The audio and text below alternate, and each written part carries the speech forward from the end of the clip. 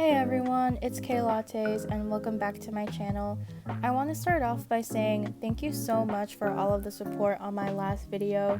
I definitely was not expecting it, especially since it's just my first video, but I still really do appreciate it. Some of you guys in the comments were asking if I could do an island tour, so that's what I'll be doing for you guys today. Starting off, this is just the entrance of my island once you get out of the airport, and there are 3 different paths that you can follow. If you head over to the right, it leads to my fruit orchard, and around it I have these 2 small decorated areas, kind of giving off that cozy vibe. I have a lot of these areas on my island, mainly to fill up space, but also because I'm trying to achieve a colorful, natural cottagecore aesthetic and theme.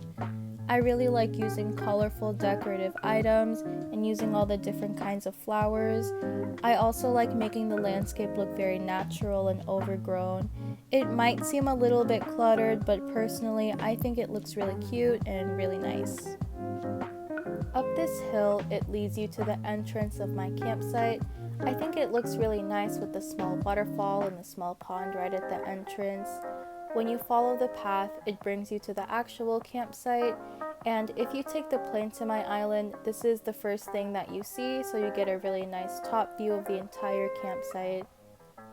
This little area right here is actually my favorite spot on my island. I made this back when the farming update wasn't a thing yet, so I made a fake farm, and it's right in front of my Able sisters. If you guys have seen my first video, you would also know that I have my rock garden right behind resident services. Some of you were wondering how I was able to do this, so I would happily make a video to explain how I did it. To the left of resident services, I have Nook's Cranny. I have this long, narrow path that leads up to the entrance, and I feel like it gives it a lot of depth. Right in front of resident services, I have this big cafe area. It's probably one of my least favorite areas on my island, mainly because it seems kind of flat and boring, and it's actually identical on both sides other than the different food items, but I have a lot of space between my resident services and my airport, so it does end up filling up a lot of that space. If you go across this bridge and follow the path to the right, it brings you back to the main entrance of my island. This is because I made all of the paths connect to each other, so if you head to the left and go up, it brings you all the way back to Nook's Cranny, and it wraps around the outdoor cafe that I made in front of resident services. And that's pretty much everything on the main section of my island that isn't separated by the big river. Following this path and going across this bridge, I have this small excavation site, and I felt that it was really fitting right here because I have the museum located right next to it. I also have this long natural path between 2 hills that leads you to the secret beach where Red docks his boat. I have a couple of art pieces and some boat supplies for decoration in this area.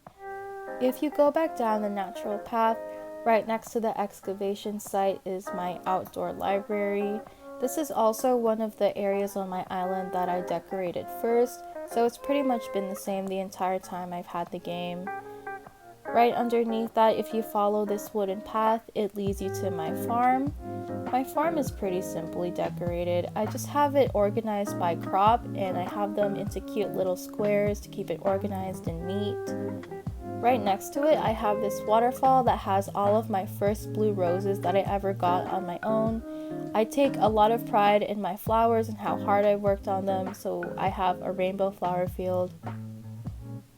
If you go up these stairs, it leads you to my museum, and I have a couple of art pieces and some fossils out on display, and it makes it look really rustic, and I really love how it looks. Behind the museum, I have this natural bridge that leads you to my house. Pretty simple, but right next to it I have this hill, and I kind of call it my stargazing spot.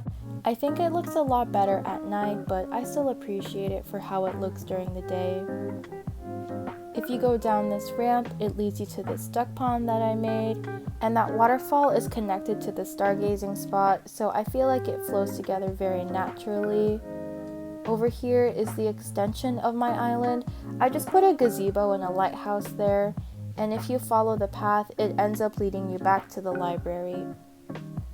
If you go past Able Sisters and go across this bridge, it brings you to the neighborhood area of my island where I put all of my villager houses together.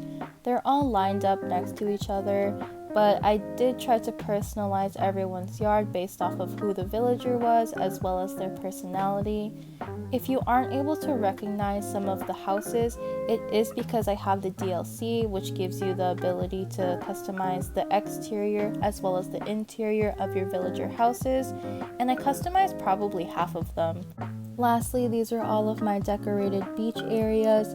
I have a tiki bar right next to this beach resort spot, and if you follow the shoreline, it brings you to this cliff where I have these decorative items for laundry and just a lot of clutter items.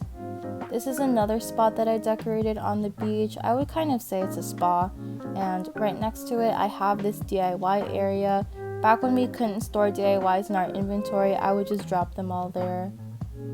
In this part of the beach, I put all of my rare flowers that I had no more room for, and if you follow the path, it leads you to my dock where cabin stays. This last portion is just a cute little beachside diner. It's right next to the duck pond that's nearby my house. That's pretty much everything on my island, so here's my map and my dream address. I'll go ahead and put my dream address in the description below as well if you guys are interested in checking it out and seeing it for yourself. Again, I just want to say thank you so much for all of the love and support on my last video. I appreciate it so much, and it made me so happy to see that you guys liked it. I also really hope that you guys liked my island. I really enjoyed showing you guys around, and I can't wait to see you guys in the next video.